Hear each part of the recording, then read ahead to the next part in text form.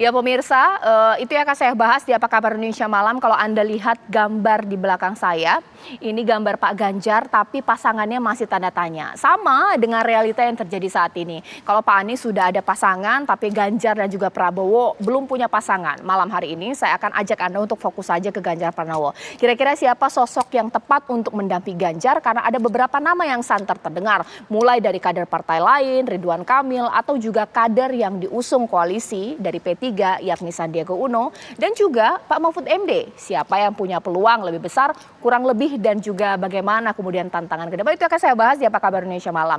Mewakili Partai Golkar, Mbak Christine Aryani sudah bersama saya di sini. Selamat malam, assalamualaikum Mbak Caca. Bang Emrus Hombing, udah lama banget ya sama Bang Emrus ya, udah lama banget zaman dulu kita ya.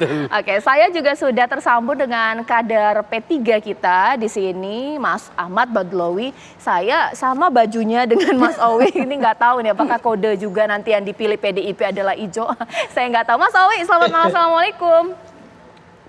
Salam Caca, selamat malam Kristina, Bang Emrus. Selamat malam Abangku. Karena saya bajunya hijau, nggak apa-apa lah. Spesial hari ini pertanyaan pertama langsung kepada Mas Owi. Mas Owi, P3 ini kan sudah lama sekali ya mendorong-dorong nama Sandi untuk berpasangan dengan Ganjar. Tapi sekarang yang santer adalah Ridwan Kamil. Bahkan kode-kode breaking news sebentar lagi Ridwan Kamil. Nah ini gimana ini P3 menanggapinya?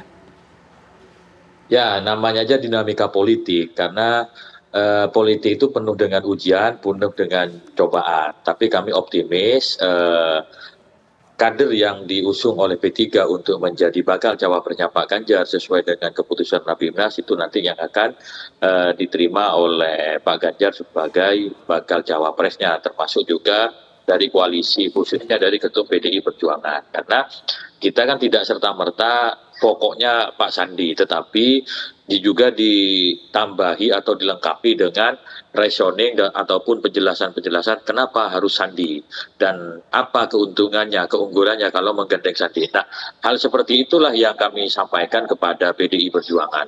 Soal kemudian ada dinamika terbaru, misalkan ada sejumlah nama yang kemudian disebut, ya biasalah namanya politik penuh dengan dinamika. Toh orang yang tidak direncanakan pun tiba-tiba menjadi pasangan koalisi gitu, misalkan di tempat yang lain. Di politik itu hal biasa.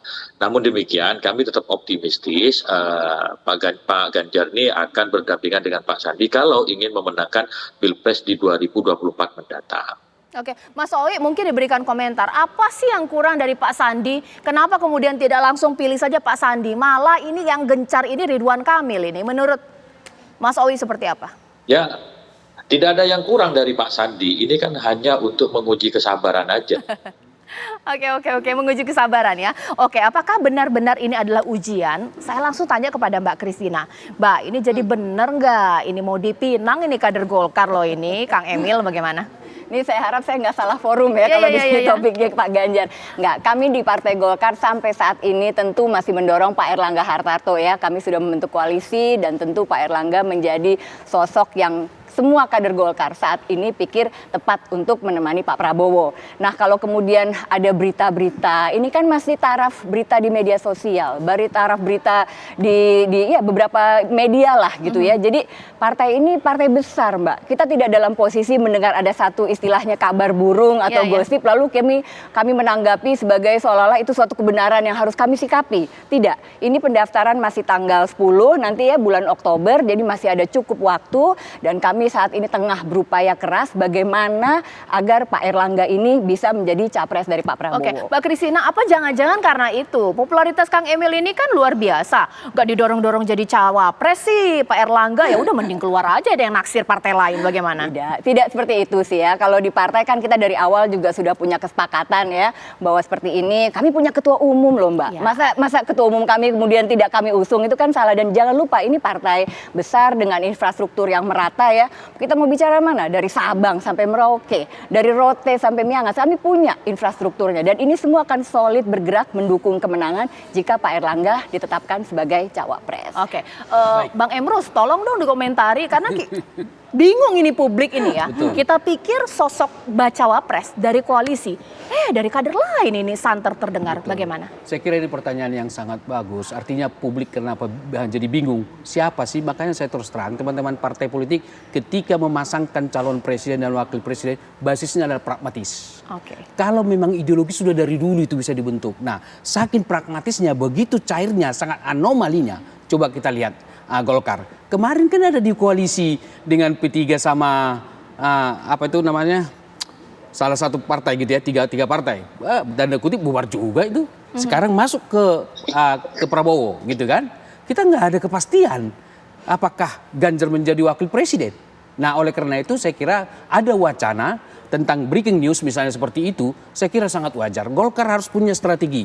Artinya plan A, plan B juga disiapkan. Jadi kalau memang nanti tidak ada katakanlah kesepakatan kompromi politik di Prabowo, mengusung Prabowo, artinya tidak ada kepastian, tentu harus dibuat dong plan B. Yaitu apa? Ridwan Kamil. Karena menurut saya Ridwan Kamil adalah sosok yang bisa juga punya kompetensi dan juga punya katakanlah celung suara di Jawa Barat. Saya kira karena Ridwan Kamil sosok atau kader dari Golkar yang sangat luar biasa memimpin Jawa Barat. Saya kira ini sangat bagus dengan catatan. Ketika Ridwan Kamil nanti menjadi pasangan bagi Ganjar Pranowo, menurut saya harus membawa gerbong Golkar, jangan pecah seperti dulu dengan siapa itu? Udah deklarasi. Iya, artinya bisa lah. Kita lihat kemarin dengan siapa itu wakil presiden kita Yusuf Kala, kan tidak didukung, demikian.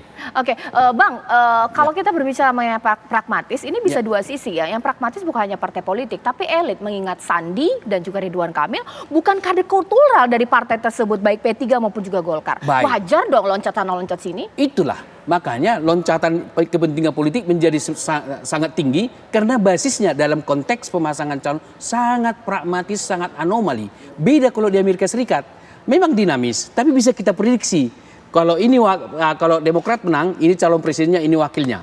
Kalau di sini enggak, bisa enggak misalnya katakanlah dia ketua umum partai nanti bisa jadi dan jadi katakanlah menjadi kandidat menjadi pesaing, tapi masuk bergabung dengan Jokowi misalnya. Sangat dinamis, sangat cair. Oleh karena itulah saya mengatakan para politisi kita di Indonesia lebih cenderung berpikir saya pada posisi apa. Kalau kepentingan rakyat yang menjadi utama, harusnya mereka bicara, partai-partai itu bicara apa? Program, gagasan, visi misi. Ini yang kami tawarkan. Lalu mereka sodorkanlah tokoh. Ini kan persoalan kita dibalik dari segi teori manajemen. Artinya sosoknya dulu, baru disusun nanti visi misi. Ini saya kira tidak sesuai dengan scientific management. Mbak Kristina, kalau di internal Golkar sendiri sudah kasak kusuk nggak ya? Atau mungkin Japri lah, Kang Emilnya, bener nggak Kang gitu? Gitu gimana tuh Mbak Kristina? Enggak Mbak, makanya saya sih biasa aja gitu ya. Kita ya lucu lah, seperti tadi Mas Baidowi sampaikan ya, ini kan dinamika, semua cair. Ya inilah ini Bang Emrus, apa namanya, serunya politik ya nggak sih? Tiap hari bisa berubah-berubah. Tapi kami sih selama ini ya, semua grup dan lain-lain, semua kami masih solid. Dan kami dalam upaya menunggu nih. Saat ini kan one step by step. Tadi dibilang ada plan A, ada plan B. Betul. Tentu kami punya banyak. Ya kalau partai besar ya pasti sudah punya banyak ini ya. Pengalaman, ada rencana juga. Tapi saat ini rencananya fokus nih. Semua fokus bagaimana supaya menjadikan Pak Erlangga sebagai cawapres dari Pak Prabowo. Karena ini kan visinya udah sama sebetulnya. Kalau tadi Bang Emrus bilang ini begitu penuh dengan pragmatisme, visi tidak jelas lagi dan lain-lain. Belum dirumuskan. Sebetulnya yang pasti adalah kita semua sudah senang dengan pembangunan yang berjalan sampai saat ini ya.